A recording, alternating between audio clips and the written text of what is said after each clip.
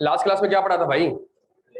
हाँ जी, आइजा 550 related party. इसकी एक अच्छी सी डायग्राम बना ले और थोड़ा सा आपने मेरे साथ बैठ के डायग्राम बनवानी है, सही है? हम एक आइजा पढ़ रहे थे, आइजा 550। स्टैंडर्ड के दो ही ऑब्जेक्टिव है। पहला ऑब्जेक्टिव, नहीं ऑब्जेक्टिव ब्रॉडर लेवल पे बताएं। अंडरस्टैंडिंग क्यों? पहला ऑब्जेक्ट, वो मैथमेटिकल इक्वेशन याद करें। क्या थी मैथमेटिकल इक्वेशन? आइजा 315 का ऑब्जेक्टिव क्या है? ऑडिट रिस्क को आइडेंटिफाई करना है और असेस करना है। तो स्टैंडर्ड का पहला ऑब्जेक्टिव है कि एज एन ऑडिटर आपने रिस्क को आइडेंटिफाई करना है और असेस करना है। कैसे रिस्क को आइडेंटिफाई करते हैं? हाँ जी, छेती रिस्क को आइडेंटिफाई कैसे करते हैं? रिस्क असेसमेंट प्रोसीजर्स परफॉर्म करके। रिस्क असेसमेंट प्रोसीजर्स क्या होते हैं? इंक्वायरी होती है। जबरदस्त। किससे इंक्वायरी करूं? मैनेजमेंट से इंक्वायरी क्यों करूं? मैनेजमेंट की जिम्मेदारी है to prepare FS in accordance with.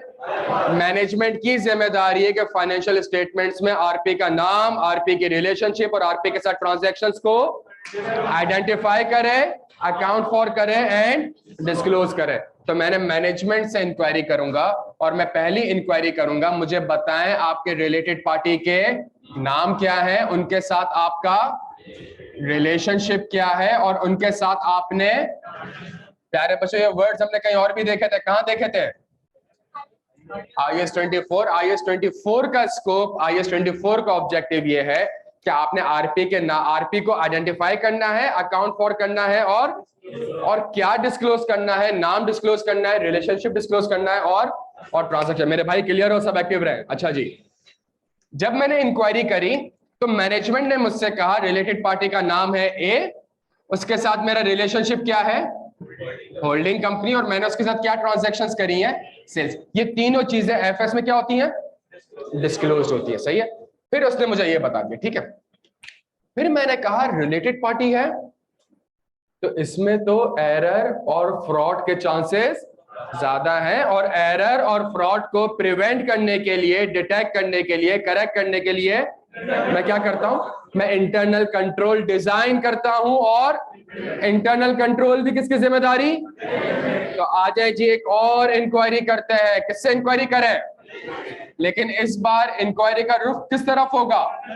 Internal control की तरफ होगा। और मैं मैनेजमेंट से पूछूंगा बताएं आपके पास क्या इंटरनल कंट्रोल्स मौजूद हैं जिसके बेसिस पे आप रिलेटेड पार्टी को आइडेंटिफाई कर लेते हैं, अकाउंट फॉर कर लेते हैं एंड ये वर्ड भी हमने कहीं देखा हुआ था। कहां देखा था?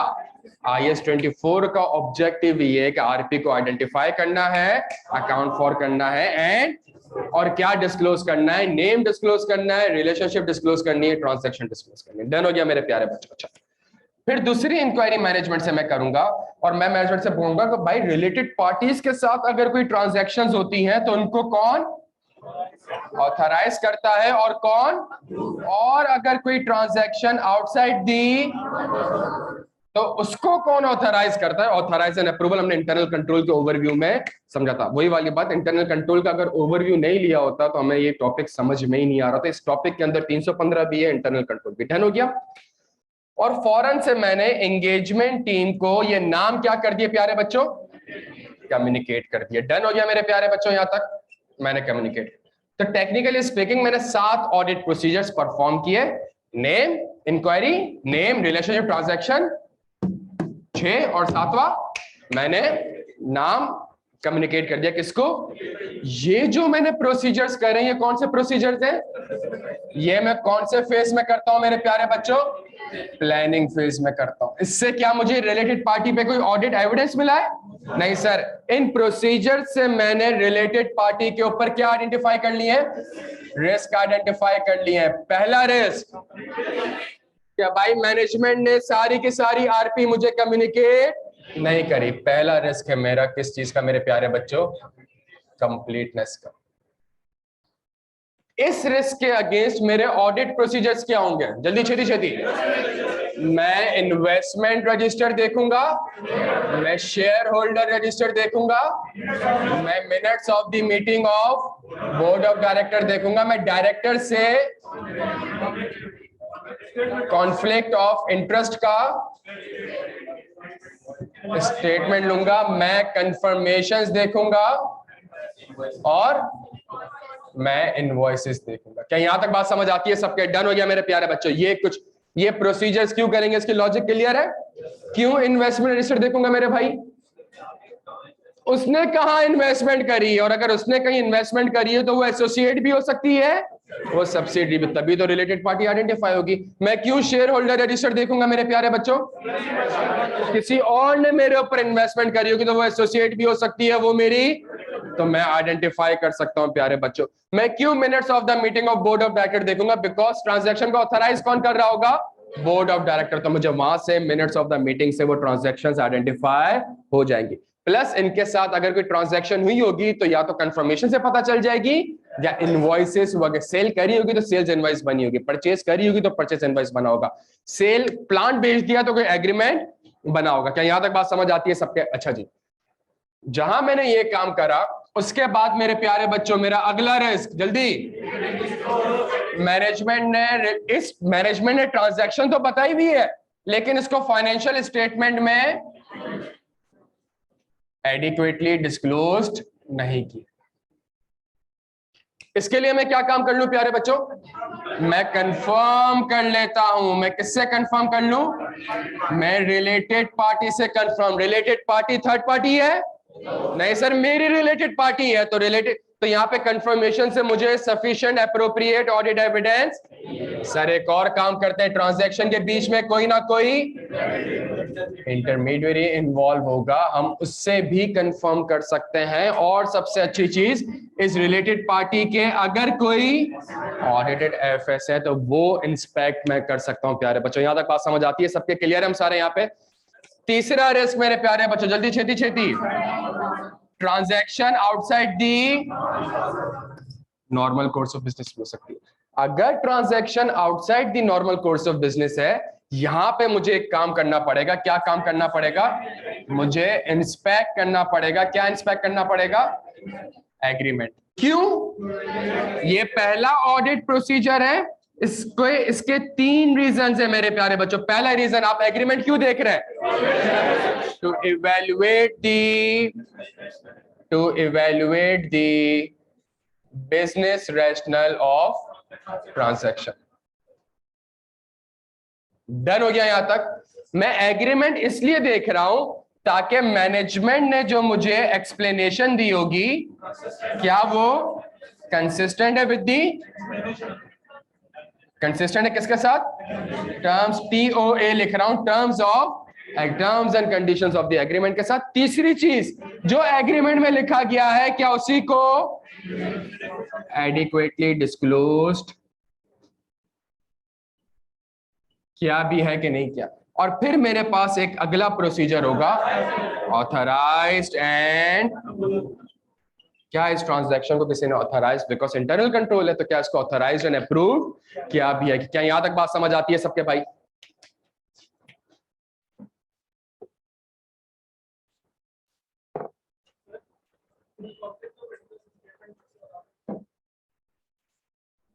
लॉ की रिक्वायरमेंट है कि अगर आप डायरेक्टर है और आपकी कोई रिलेटेड पार्टी है, सही है, या आपने कहीं और इन्वेस्टमेंट की हुई है, सही है, तो अगर उनके साथ कंपनी कोई ट्रांजैक्शन करने जा रही है तो आपने मीटिंग में, आपका वोट काउंट नहीं होगा, आप मीटिंग में नहीं बैठ सकते। तो इसमें होता क्या है कि जब भी कोई एजेंडा डिस्कस हो रहा होता है तो एजेंडा में पूछा जाता है भाई किसी का कॉन्फ्लिक्ट है, तो वो हाथ उठाता है कि भाई मेरा, भाई क्यों कॉन्फ्लिक्ट है? भाई ये तो मेरी बेटी की कंपनी है, या ये तो मेरी बीवी की कंपनी है। तो जहां वो ये बात कम्युनिकेट करता है, ये मिनट्स ऑफ द मीटिंग में क्या हो जाता है? डॉक्यूमेंट हो जाता है। और जब भी डायरेक्टर अपॉइंट होता है, डायरेक्टर से पूछा जाता है कि आप और कहां कहां पे डायरेक्टर हैं, आपकी बेटी या आपके क्लोज फैमिली मेंबर कहां कहां पे और बिजनेस, ताकि कल को ये कंपनी उनके साथ बिजनेस कर रही हो तो इसमें आप पार्टिसिपेट नहीं कर सकते। तो कॉन्फ्लिक्ट ऑफ इंटरेस्ट। डन हो गया मेरे भाई? अच्छा,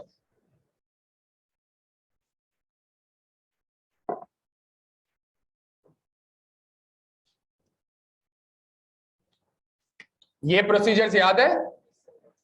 अगर मैं ये प्रोसीजर परफॉर्म करूंगा तो दो पॉसिबिलिटीज आ जाएंगी। पहली, मुझे न्यू रिलेटेड पार्टी आइडेंटिफाई हो जाएगी, मतलब इसका मुझे बी आइडेंटिफाई हो जाएगी। और बी कौन है?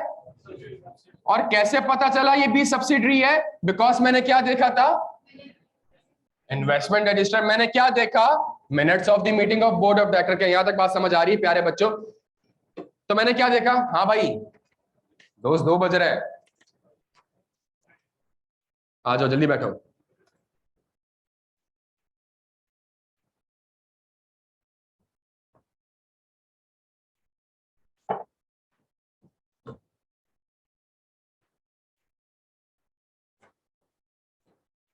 तो एक तो ये पॉसिबिलिटी आ सकती है, और दूसरी पॉसिबिलिटी क्या आ सकती है प्यारे बच्चों, जल्दी से बता दें।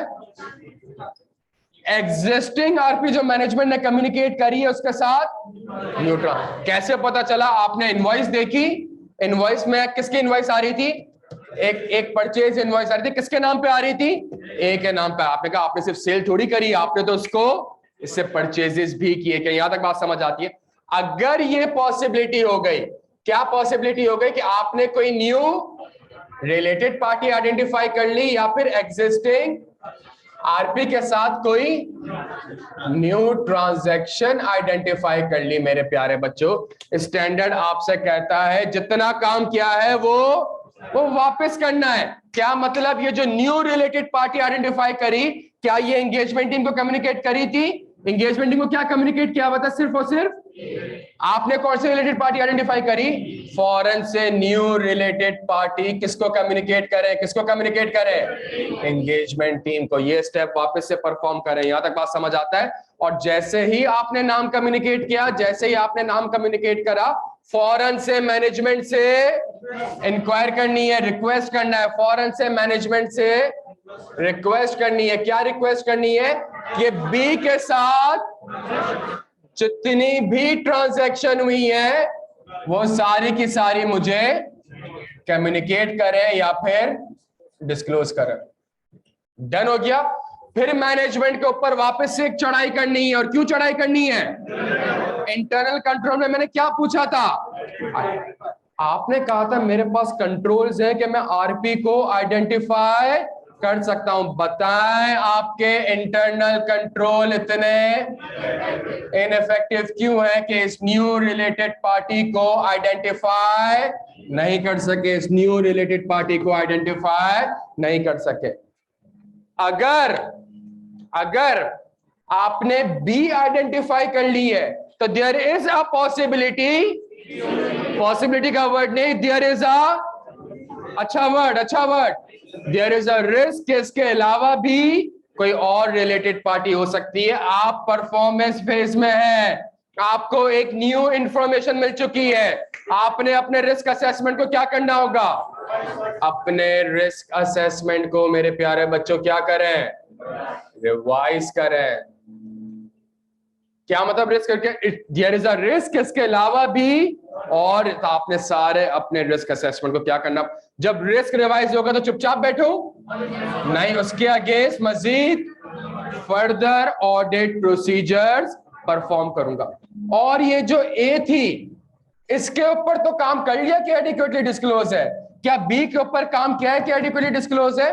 तो आप ऑडिट प्रोसीजर्स परफॉर्म करेंगे कि जो न्यू रिलेटेड पार्टी है क्या ये एडिक्वेटली डिस्क्लोज्ड है।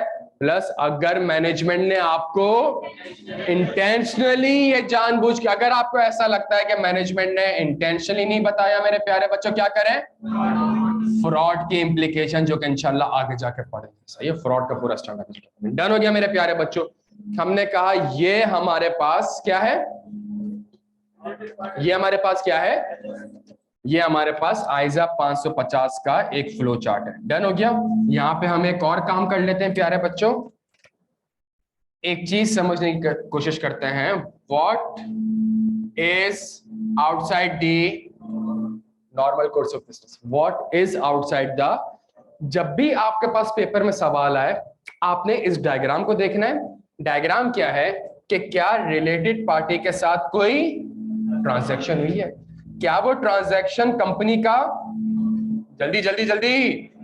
कंपनी का बिजनेस है, या तो कंपनी का बिजनेस होगा या कंपनी का बिजनेस, अगर तो वो कंपनी का बिजनेस है ही नहीं, कोई इफ एंड बट नहीं, द ट्रांजैक्शन इज, मतलब ये नो बिजनेस, तो उसका मतलब outside the, transaction is outside the. लेकिन अगर वो कंपनी का बिजनेस है, अगर वो कंपनी का, तो आपने देखना है कि अच्छा बिजनेस है ना आपका, तो इट मींस ये ट्रांजैक्शन तो बाकी कस्टमर के साथ भी हुई होगी, ये ट्रांजैक्शन तो बाकी सप्लायर के साथ भी हुई होगी। तो आपने क्या करना है, मार्केट इसके टर्म्स एंड कंडीशन को, मार्केट के टर्म्स एंड कंडीशन से मैच करना है। किसके टर्म्स एंड कंडीशन को? रिलेटेड पार्टीज के साथ जो ट्रांजैक्शन हुई है उसकी क्या टर्म्स एंड कंडीशन है, और जो मार्केट में आप ये ट्रांजैक्शन करते हैं उसकी, या तो वो प्यारे बच्चों जल्दी छेती छेती सेम होंगी, या वो सेम, अगर तो सेम नहीं है प्यारे बच्चों, again the transaction is outside the normal course of business. क्या यहां तक बात समझ आती है? और अगर सेम है तो ट्रांजैक्शन इज नॉर्मल कोर्स। ये वही वाली बात हो गई कि जेएस बैंक ने जेसीएल को लोन दिया, कितने पे लोन दिया? 15% पे लोन दिया। कितने साल के लिए लोन दिया? 5 साल के लिए लोन दिया। क्या हम सिक्योरिटी रखवाई? ये सिक्योरिटी रखवाई, सिक्योरिटी एडिक्वेटली कवर्ड है। अगर आप भी लोन लेने जाएंगे तो आपको भी, तो इसका मतलब है ये तो कंपनी का बिजनेस है और टर्म्स एंड कंडीशन भी। लेकिन जहां जेएस बैंक जहांगीर सिद्दीकी को लोन देता है 2% पे, सिक्योरिटी भी नहीं रखता। हाँ जी, अब तो बैंक का बिजनेस तो लोन देना है, लेकिन क्या मार्केट में भी आप इसी टर्म्स में लोन दे रहे हैं? नहीं, the transaction is outside the normal course of business. Clear है मेरे प्यारे बच्चों? यहां तक सब अमन है यहाँ पे? अच्छा जी, तो ये हमारे पास एक कंप्लीट डायग्राम है।